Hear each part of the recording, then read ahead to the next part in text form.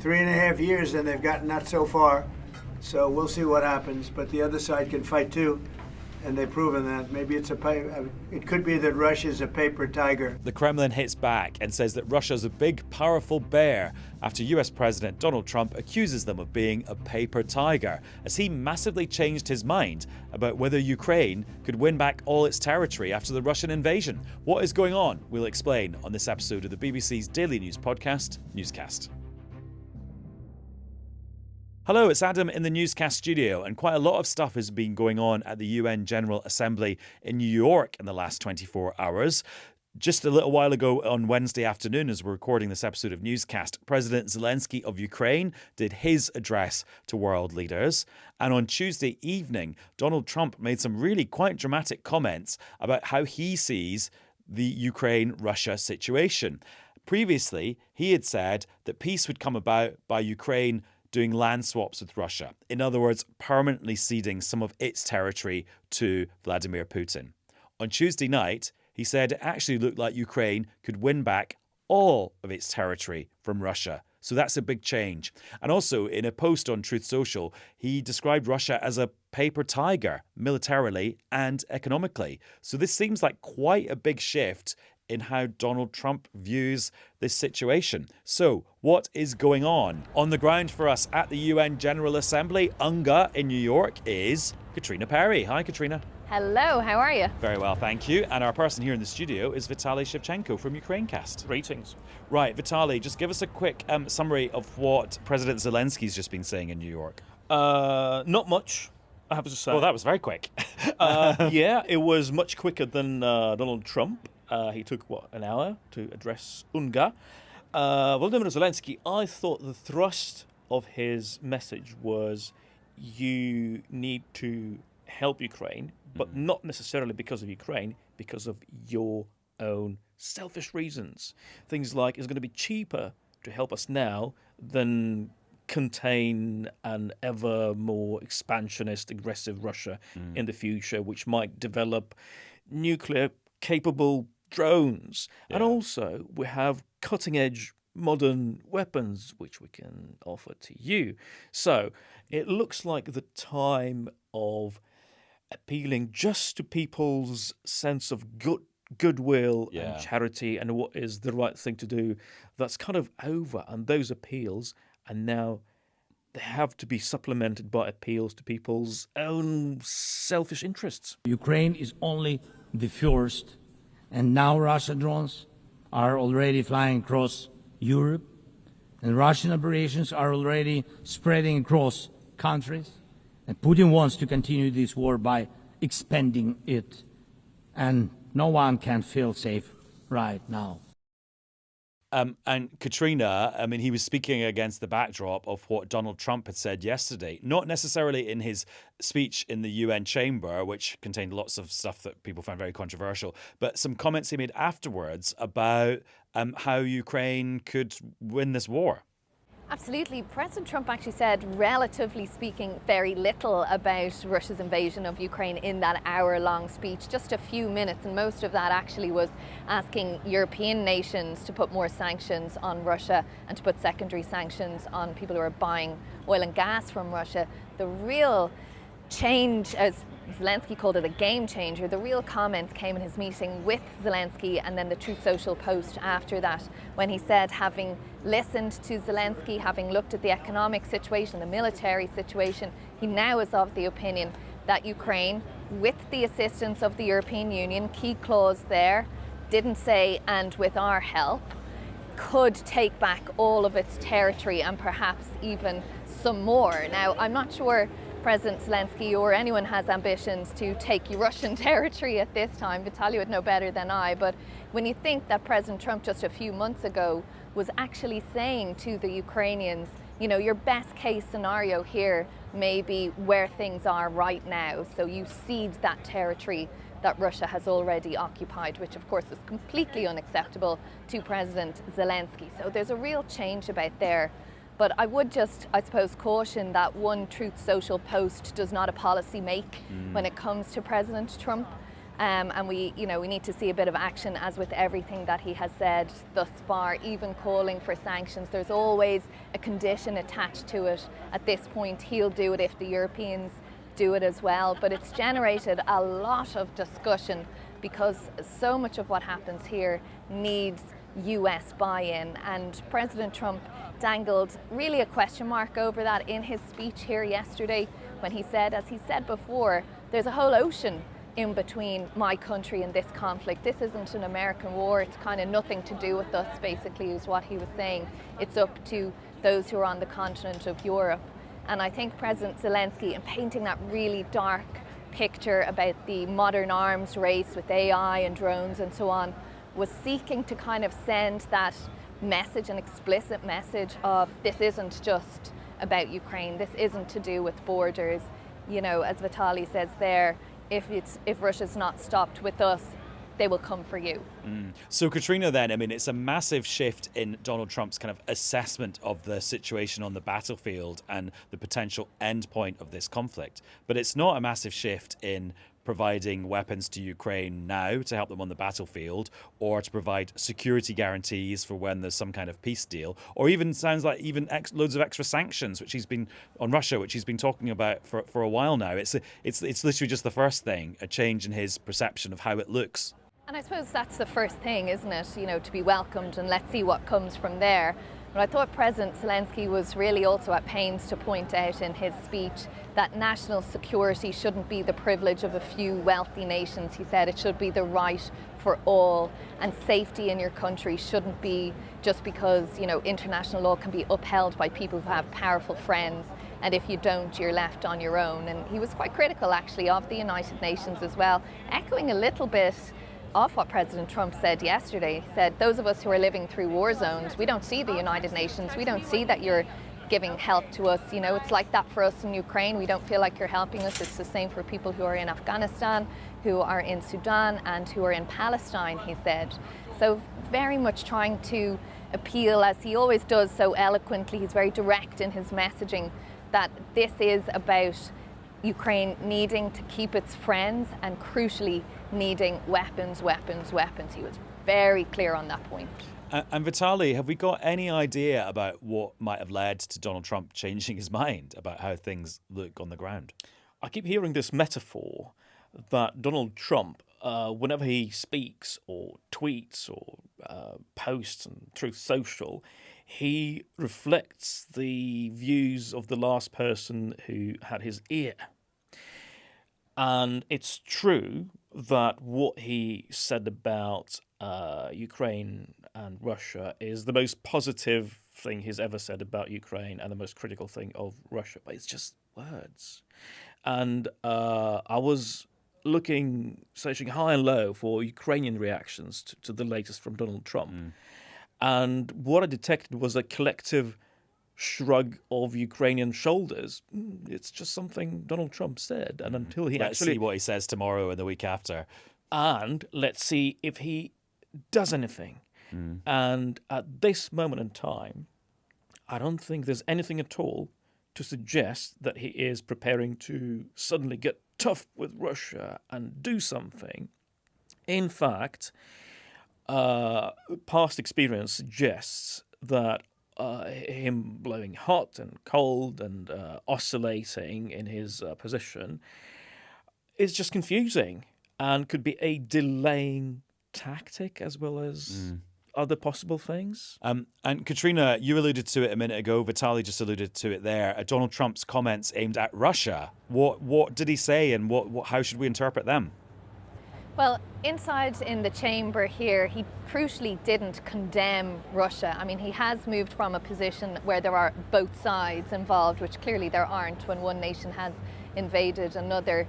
But he said this isn't looking good. This isn't reflecting well on Russia. It's making them look bad. Everyone thought Russia would win this war in 3 days, but it didn't work out that way. It was supposed to be just a quick little skirmish. It's not making Russia look good. It's making them look bad. That's kind of how strong he went. And then in that post yesterday, he referred to Russia as a paper tiger. And, you know, that, I suppose could you call that online trolling, using a phrase like that? I mean, we've heard the Kremlin respond and say, we're not a tiger, we're a bear. That's the usual symbol that's referred to for Russia. But again, you know, in that Truth Social post, he kind of said they're two great countries. He wasn't saying, do not do this, stop doing this, President Putin, this is wrong, which is what we've heard from so many other leaders. And Katrina, I know you've got to go, but just on another subject, Jimmy Kimmel being back on his late night slot on ABC. I mean, does this prove that actually the only thing that's as powerful as Donald Trump is viewer sentiment and celebrities threatening to not work on ABC or Disney anymore? Actually, there is a force out there that's as strong as President Trump. Yes, that would be the hopeful viewpoint of this. I stayed up last night to watch it, so dedicated am I. Well, it's 11:30, isn't it? Yeah. 11:35. Yeah, it's very late when you've been up since 5 in the morning, I can tell you. But it actually was a TV moment, you know, because you know, we've seen Stephen Colbert shows been cancelled, and he's not got this second chance. So it's a really unique moment that Jimmy Kimmel had to come back and do this. So it was a TV moment, but not everyone could see it. So the two distributors, Nexstar and Sinclair, said they, you know, so ABC brings the show back, we're still not going to show it. So 25% of this country still couldn't see that program last night, and Jimmy Kimmel referred to it in his opening monologue when he, you know, unashamedly stood up for the First Amendment, the right to free speech, free expression, said it's un-American to try and shut that down. He had a very direct attack on the president and also on the chairperson of the FCC, the regulator of TV shows here, Brendan Carr. He had Robert De Niro pretend to be him, riffing on that sort of mob boss theme that has come through actually from Senator Ted Cruz, who would not be Jimmy Kimmel's number one fan, but he was even critical, as many on the right have been, about what President Trump and the administration are trying to do here, really warning that if they succeed in doing that for the other side, as they would put it, when the other side are back in office, that they'll have a carte blanche to try and shut down those who have conservative viewpoints. And, you know, the point made time and again is that's not what this country is built on. That's not what it stands for. So it's still very controversial. It's far from over yet. Of course, there was lots of sort of celebrations and commendations from the other late night show hosts as well. So it's just now what goes on from here, what's said in tonight's monologue, tomorrow night's monologue, and is it a case of just needling the president to a point to kind of provoke him into doing something else, or is there an effort to try and tone things down a little bit and get back to, you know, funny political satire and see where that moves from here? But yeah, people power has worked. You know, Jimmy Kimmel even said, I've got to read out a statement from Disney, and it was basically instructions how to reactivate your subscription to Disney Plus and Hulu, because so many people did that. So annoyed were they with the action from the parent company. But we don't know yet whether those distributors will reverse their decisions and actually let 25% of Americans watch this Jimmy Kimmel show who currently can't. Right, Katrina, I'm going to let you go and have a TV moment of your own because you're on the news channel in about 4 minutes. So break a leg with that. Okay, better go. Okay, talk soon. Thank you. Bye. So Vitaly, coming back to the European security situation, one of the other things that's being discussed in New York and has been discussed a lot in the last few days is these Russian air incursions into other European countries like Estonia. Where are we with that? How's that been playing out? Importantly, I think the West collectively has given Vladimir Putin very little reason not to do that. That's why it's happening. Sorry, just elaborate on that a bit, what you mean. Well, after the Alaska summit, what's there to stop Vladimir Putin from sending his drones or even jets into NATO airspace? I can see very little, if anything. That's why he is testing, trying to see how much he can get away with. And the lack of response on NATO's part that we've seen so far is seen by the Kremlin as an invitation to continue doing that and escalate Russian interference and Russian attacks. So if we rewind back, if we think back to 2008, when Russian troops and Russian-backed forces seized about 20% of Georgia's territory, what happened? Very little. Fast forward to 2014. I remember that was the day of the Beijing Olympics opening ceremony. Yes. Yeah. Fast forward to 2014, when Russian forces surreptitiously, secretly seized Crimea and parts of Donbass. What happened? Very little. So that emboldened Vladimir Putin. And if we were to rewind to the current situation, after all the attacks, all the shelling of civilian areas in Ukraine, all the talks in Istanbul, Alaska, and DC, what happened that would make Vladimir Putin rethink his strategy? Very, very little, if anything at all.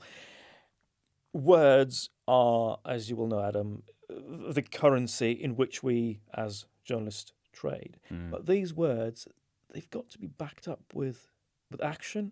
Otherwise, people like Vladimir Putin will just laugh at all those expressions of concern and declarations by various politicians who shall remain unnamed that they stand with Estonia in the face of this outrageous provocation by Russia. The question is, what are you going to do about it? So could there be a Russian drone incursion into another EU member state? If Vladimir Vladimirovich Putin chooses to carry out it, why not? Who's going to stop him? And of course, in New York, one of the other things Trump said when he was asked about this was they should just shoot the Russian drones and the Russian planes down. Because it's easy for him to say. Yeah. The feeling in the Kremlin would be, okay, I believe it when I say it. Here's another drone or another plane. What are you going to do about it? And how do you think, not to turn you into like Vladimir Putin's armchair psychiatrist from a distance, but how will those Trump jibes about Russia being a paper tiger militarily and economically go down?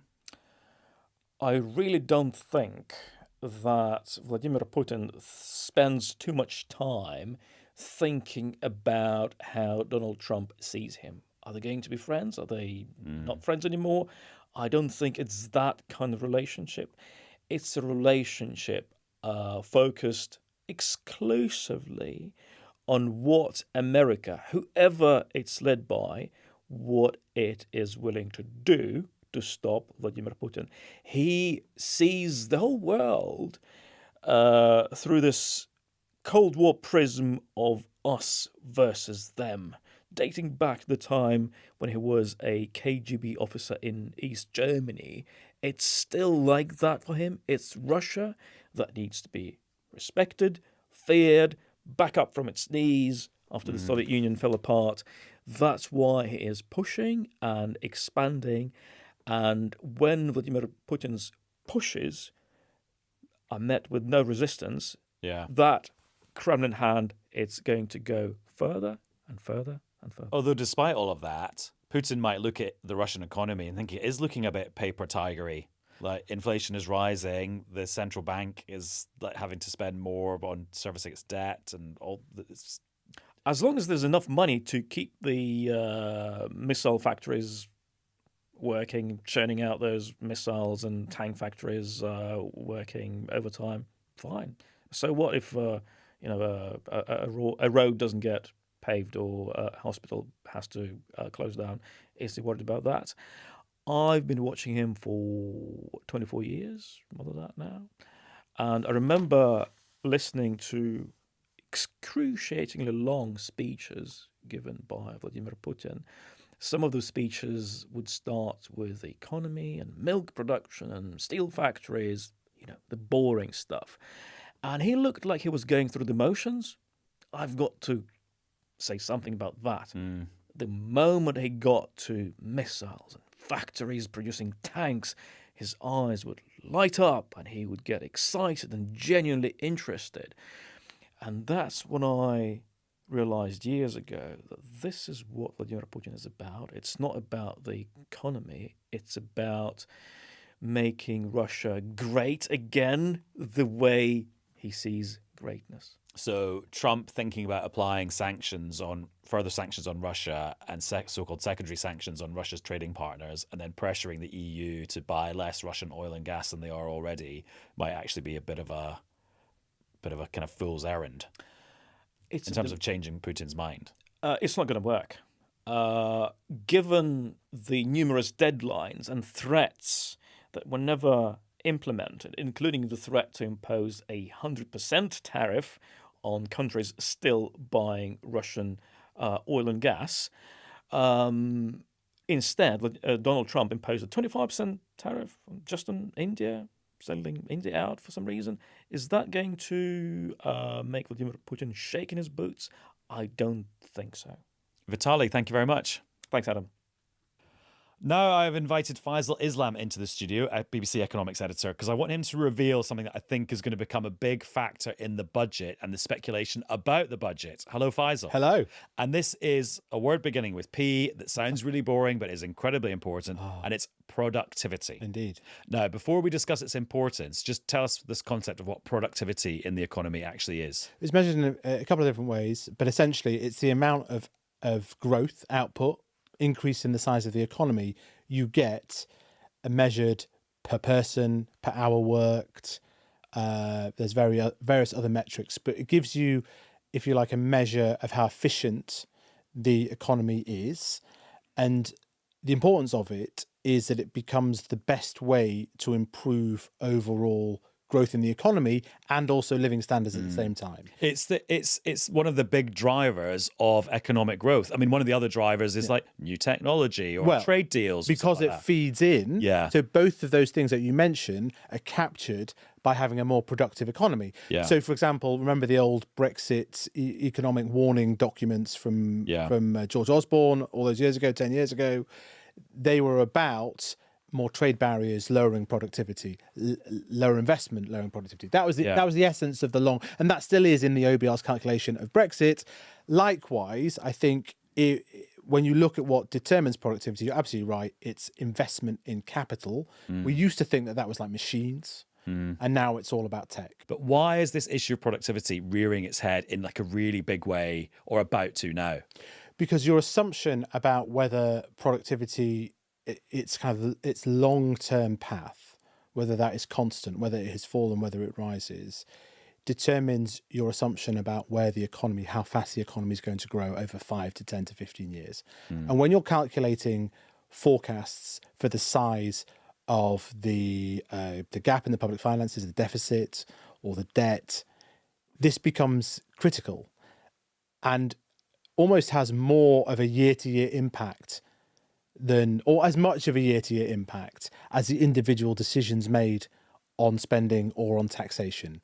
And what's happening now is actually perhaps the reverse of what I've just said, which is the extent to which an assumption about our productivity being lower than what we had thought or what the OBR had thought determines that therefore the gap in the public finances, and that gap is measured against Rachel Reeves' self-imposed rules on borrowing, becomes bigger and substantially so, and requires filling in some way and a set of decisions that she otherwise wouldn't have had to take. Well, yeah, and just to flash that out, because I went back to the OBR document that came out with the budget in the spring, and they basically say they've got two scenarios for like, one is lower productivity growth, and they say that if the economy follows that scenario, by 2029, 2030, it then is sort of 3.2% lower than they thought it might have been.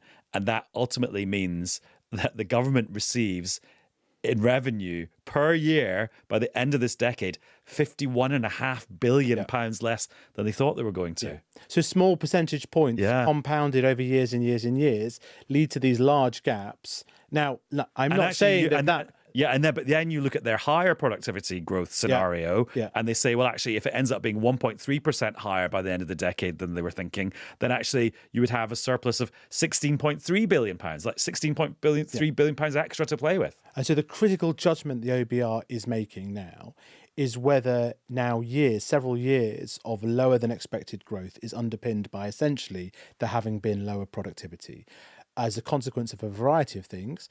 A sort of hangover from the financial crisis, the low investment generally at a time of political uncertainty. There's a bit of Brexit in there. There's a bit of prime ministers and chancellors, changing every week in there too. There are some changes to migration levels, for example, that also factor into all of this stuff. And here's the sort of central issue at stake right now. And we're talking right now, in the next 7 to 9 days, the Treasury will find out. Other forecasters have downgraded their assumptions about underlying productivity in the UK, and therefore what will go over 5-10 years into the future. So were the OBR to catch up with that, it could lead to a 10, 15, 20 billion gap in those public finance targets that the Chancellor says are non-negotiable. Now they're making that judgment right now. We're waiting, or I say we, I don't think I'll get to have a look at it, but the Treasury, they're waiting for the first take of the OBR's forecast for the budget process, and that will contain this adjustment, as we expect, to the underlying productivity. And basically, the murmuring is that they're going for the lower scenario, just to be really clear. Yeah? That is the murmuring. We'll have some murmuring about other stuff in a moment as well. Various murmurings that you get. Do people try and lowball things? Is this all part of a negotiation? There is an alternative. There's two arguments, I think, that are being floated in the other direction, which is, why would you do this now? Why wasn't this done last year? Or why couldn't you do it next year instead, when things might be looking a bit rosier? So they've had U-turns, they've had the interest rate paid on government debt is also affecting things. So it's pretty much the worst possible time for this to happen. There's a second, potentially more compelling argument, which is that they're doing a whole series, the government is saying, we're doing a whole series of reforms. We're obsessed with productivity. You're going to hear the Chancellor talking about it incessantly and coming up with policies, not just in terms of planning, but in terms of trade and in terms of the tax system. This gets quite interesting, where they feel they can mount a compelling claim to be increasing productivity. Oh, and so Rachel Reeves would love it if the OBR then waited and took all of that into account and then worked out what in some way. could be. Well, and there's different versions of this. So that would be an extreme version of the argument. A different version is like, look, we're throwing the kitchen sink at productivity right now. Why don't you just hold off on this? Like, you don't need to do this. Don't especially need to do this year. You could have done it last year. You could do it next year. Maybe we just sort of hang fire, look at what is a concerted series of never before seen policies aimed, would be their argument, aimed at mitigating this fall in productivity, and then look at that in the round. Let's take it from another direction. The idea that you somehow raise taxes substantially, including for businesses potentially, in the housing market, which is what you'd have to do to fill this hole caused by low productivity, which they argue isn't going to last that long. That's a big call. And I think there's one other factor which is really interesting, which is the OBR had almost sort of how should I put this? It was like, exalted status, like one does not criticize it, from Rachel Reeves' team. And indeed, that was cemented after the mini budget, where I think even Jeremy Hunt would say, I'm sure Liz Truss disagrees and Kwasi Kwarteng disagrees, that the central problem with the mini budget process was that they bypassed the OBR and did so with some pride, right? And they didn't have the credibility to do that. So she's made the OBR even more central and given it even more power. And yet, just in the past couple of weeks, we've started to hear some, I would say, a little bit more than mild annoyance. I did an interview with the Chancellor where I quoted Richard Hughes, the OBR chief, talking about promises broken over U-turns and things.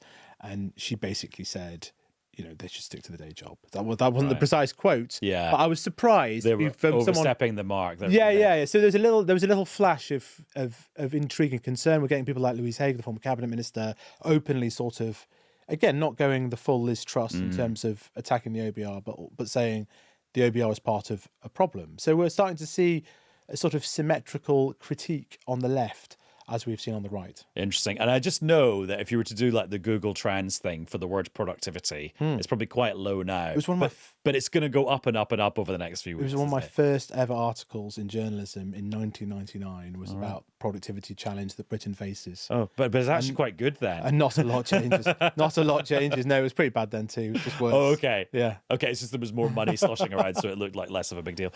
Right, in terms of your day job, so this is your like monthly job, you've been looking looking into this idea of Northern Powerhouse Rail, which is this thing that George Osborne suggested when he was Chancellor back in the coalition days, which was a new rail line or upgraded rail lines between Liverpool and Manchester so that the North felt better connected. Yeah, and onto Hull, which is quite important. And one of the issues here is it's not entirely 100% nailed down what Northern Powerhouse Rail is. So it becomes, some of it becomes a semantic debate. But the basics of this, as you say, and then there's an argument about whether it's high speed or not, or if it's higher speed. Okay, we'll park that for a minute.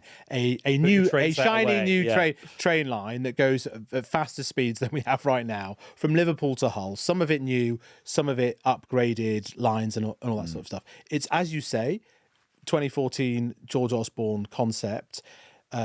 Boris Johnson ran with it. It was central to the manifesto that won the North in 2019. And I think, as I recall, when he became Prime Minister, he announced it in his first press conference before the election back in 2019. So cross-party support. An important part of it, which is the part that goes from Manchester Airport to the centre of Manchester, it would have reused what would have been part of HS2 Phase 2. When Rishi Sunak cancelled that, he kept the money aside. Theoretically, there wasn't actually a pot of cash, but he kept the money aside for this bit. And you'll know this better than me, a hybrid bill had passed, which already outlines the route. So a certain legal stages had already passed. So it's not easy, but it's a lot hybrid easier. bill, just for people who aren't experts, is when basically for huge projects like HS2, rather than just the normal planning process, you also have to pass a piece of legislation through Parliament that allows big things like this to be built. That's what you mean by hybrid bill. So, and all the signals were that this was going to get the full go-ahead from this government kind of around about now. Yeah, I mean, in fact, we've been here before. We've been on the starting blocks for this before. We were spending review. We thought this was going to happen. Infrastructure strategy, infrastructure timeline. Then various mayoral voices were told before conference. There was briefing over summer that it would definitely be at conference. Various degrees of certainty have been communicated to me about how nailed it on it was for the Prime Minister to announce it next week in Liverpool, of course. At the Labour Party conference. At the Labour Party conference. But that's all changed today. Well, my understanding is that it's not going to be announced next week.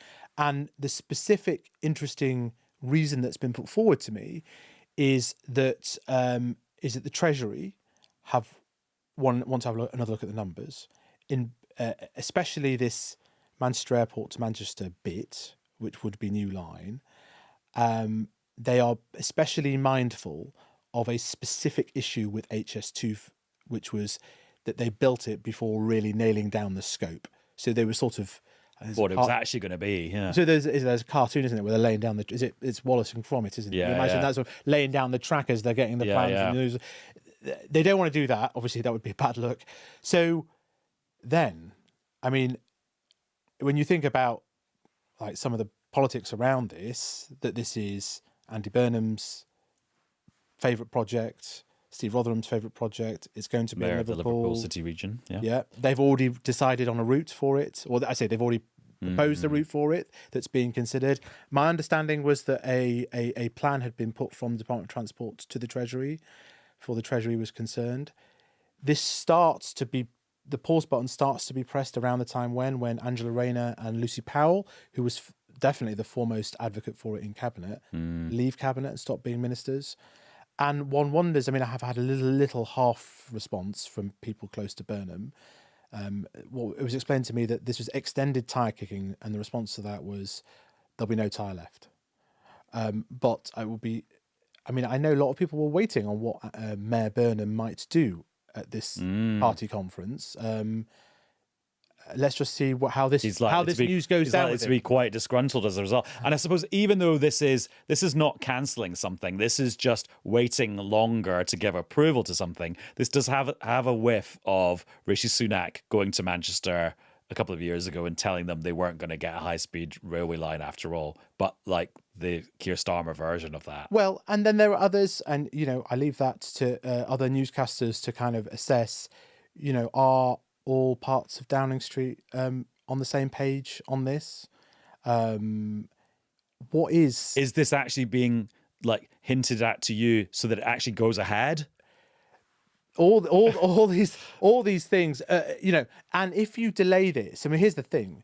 Okay, it was delayed essentially after Rishi Sunak, nothing happened after the HS2 phase 2 was cancelled. So that's a year. Labour have been in office a year. It's the sort of project that you might think they would champion, that they might even have announced at the last budget. And every single delay means that it's less likely that they'll have shovel-ready project with shovels in the ground by the end of the Parliament, which is the only realistic timetable. Ahead of the next spending review in 2027. Yeah, and that's the long term. But in the short term, this story will now take on a life of its own. Well, you in do the ask the next few question, days. why wasn't it in the And- infrastructure strategy? And then it will know. it will be given a steroid boost by Labour Party conference. Faisal, thank you so much. That was very mind expanding. Great to be here.